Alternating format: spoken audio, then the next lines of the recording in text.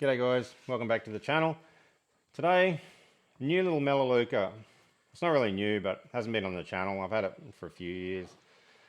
Can't really remember what type it is. It could be a claret tops, but I don't think so. Not real sure. I was originally trying to grow it in a style that Sam, the Aussie bonsai bloke, does some trees in, his mallee style. So I was pruning like different layers, but it just, I don't know, it just wasn't really working for me. It just, I don't know, it didn't seem to look right. So, but it's too good of a tree to just get rid of. So I thought, I reckon I could probably turn it into a bit more of an Aussie style tree. It's got a nice little bit of movement in the trunk. It's got these upward growing branches, which are pretty cool. I think this branch, I'd probably bring it right back to here. You can see there's a lot of shoots coming out everywhere, and it'll regrow more shoots, no problem at all. Same with this branch. I think it would have to come right back and then do something to continue developing an apex up here, whether we cut some of this out, pick a new leader. Not sure. And I'm going to throw it into a bonsai pot and a bonsai mix. My trees seem to be doing a lot better when they're in that proper bonsai mix and on the bench with individual waterers that water them every day. Before I set anything like that up, I just had massive trees on a bench with overhead waterers, and things would dry out. They'd be shaded by other trees like water wires, and they'd dry out. This other way seems to be working a lot better. So I don't really have any good pots for it, and it probably doesn't deserve a good pot yet. But I've got a couple of these cheapies here, and we'll figure one out. Not quite sure where to start. I might start on the branch structure and we'll see where we go. I've pretty much already made the decision about this one, so that'll come right back. Trim any of this dead looking stuff off, and we'll pretty much start from scratch, I think. A lot of this stuff growing in this way probably won't be used, I don't reckon.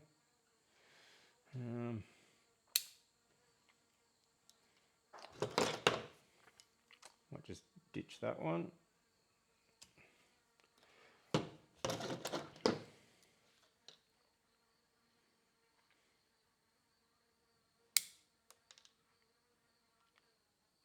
reckon we'll grow from there. We'll start working on branches out that way. This other one, it's probably going to have to be even more dramatic, I think. I reckon that back branch is too close to that one, so it can go. I reckon a lot of that's going to have to go.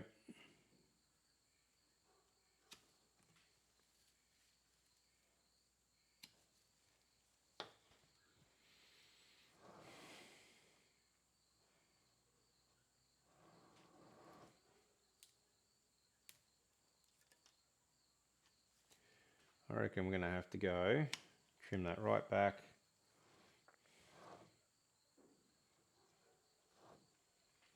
We'll probably do the same with the rest of it too. Just cut it right back, let it reshoot. I think that's dead. That there's dead. That's dead. That can come right back. Yeah, that'll reshoot, no problem at all. I'm not real concerned about that. But what to do with the upper part of the structure? See, we could either pick one of these. If we want to introduce another bit of movement in the trunk, we would pick one of these and let it grow. Everything else would go. That would become our trunk, and then we would develop branches later on. If we're going to continue using this as the trunk, we can pick one of these to use as the third main branch of the tree. In which case we'd treat it a little bit differently. We'd probably prune it back a bit and get it to ramify. But I don't, there's not a lot of movement from the front in that part of the tree, so I reckon this one here, still got the upward growth, but it'll introduce a bit of movement. So I reckon we'll cut it off there.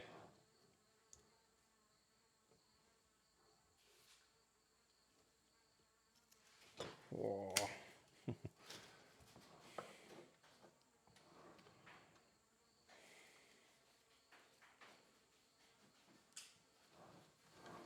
So that means that branch will be on the inside of a curve, which will be no good.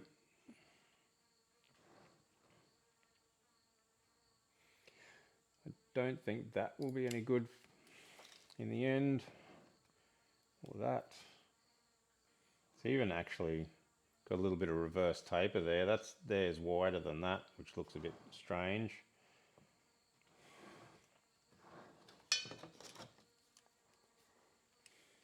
I don't even know if we could trim that out. Not really. We'll just have to see how that heals.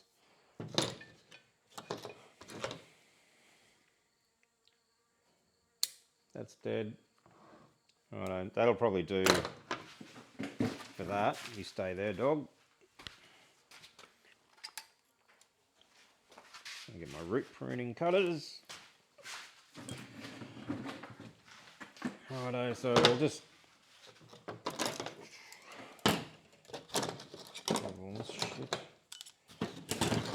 so we'll take some of the soil away now from the top and just see what we've got to work with in the roots. I know there's some pretty funky looking stuff going on, and not in a good way.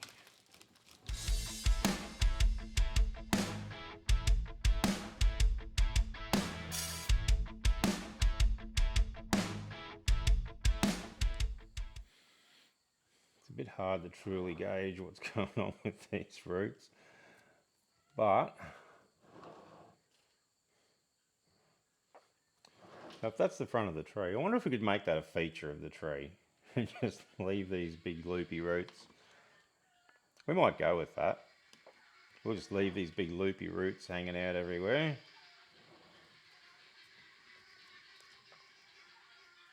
And that can just be a feature of the tree. I don't know how that's going to look long term. But for now, I think we'll just roll with that.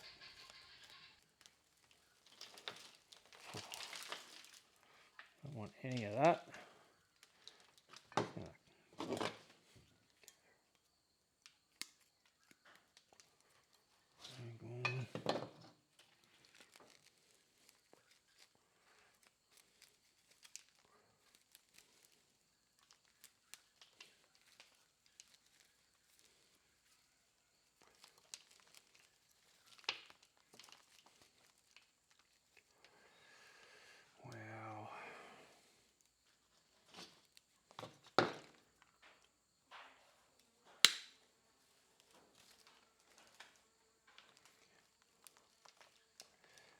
I'm not going to go too hard on the roots. I mean, I probably have gone pretty hard already, but I'm not going to go too ridiculous because some of that's going to be above the soil level. So I'll leave what I can and I'll let it regrow, and then we'll attack it again another time. So pot wise, I don't think it's really going to matter, to be honest.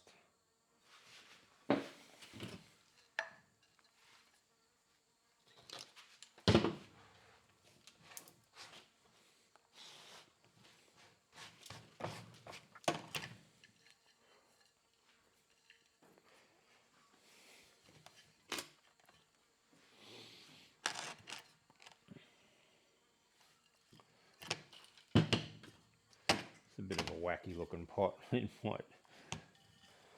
might even suit it. Might even go with that one.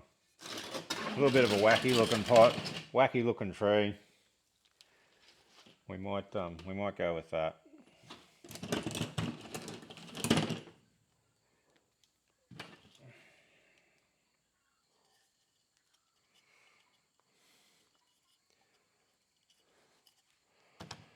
I'm not going to put tie-in wires in Probably should. I'm not going to.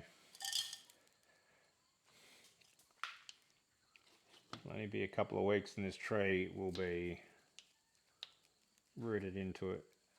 Anyway, actually I might take a little bit more of that big thick root off there. It might let it go back down in the pot a little bit better.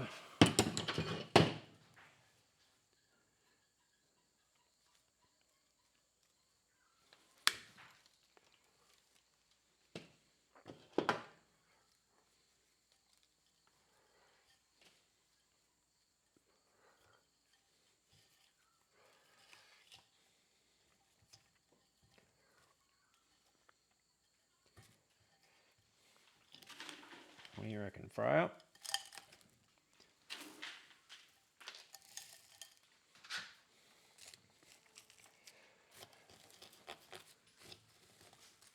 are you doing? Oh, is there a horsefly? Hmm? Did you get him? Did you get him? Where is he? Where is he? Where's the horsefly? I can hear a fly.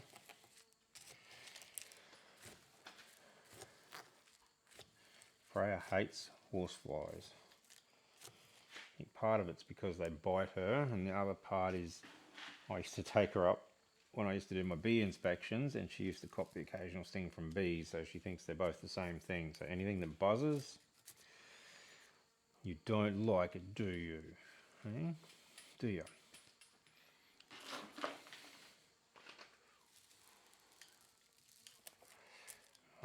That'll probably do that, I reckon.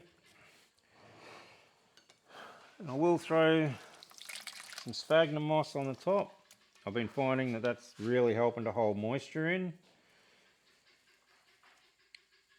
And it's especially good on these trees that are just recovering, just to help them stay moist in our summer heat, because it has been pretty bloody warm of late. I don't know if sphagnum moss is going to be good long term, because every time I feel it, it's wet.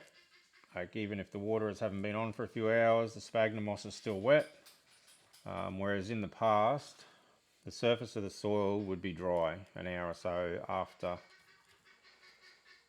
they'd been watered, and now it's just staying wet. And that's with waterers that don't even like water the whole surface. So it's obviously absorbing moisture and transporting it along all of the sphagnum moss. I guess that'll depend on the tree whether they like that long term or not.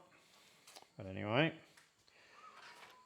that's it for that little fella. Almost looks like it's planted in a bathtub, so I don't know. I don't know long term if this is going to be a nice tree or not, but I had to do something with it, and I think that upright style, we'll get a few more branches coming out of here, get that apex a little bit taller, develop another branch somewhere along it. I don't know. It'll tell me as we go what it wants to do, as all my trees do. That's sort of how I come up with the designs, I suppose. I just look at them until they tell me what they want to be, what direction they want to go. I don't really come at any of my trees with too much of a preconceived idea on how they should look.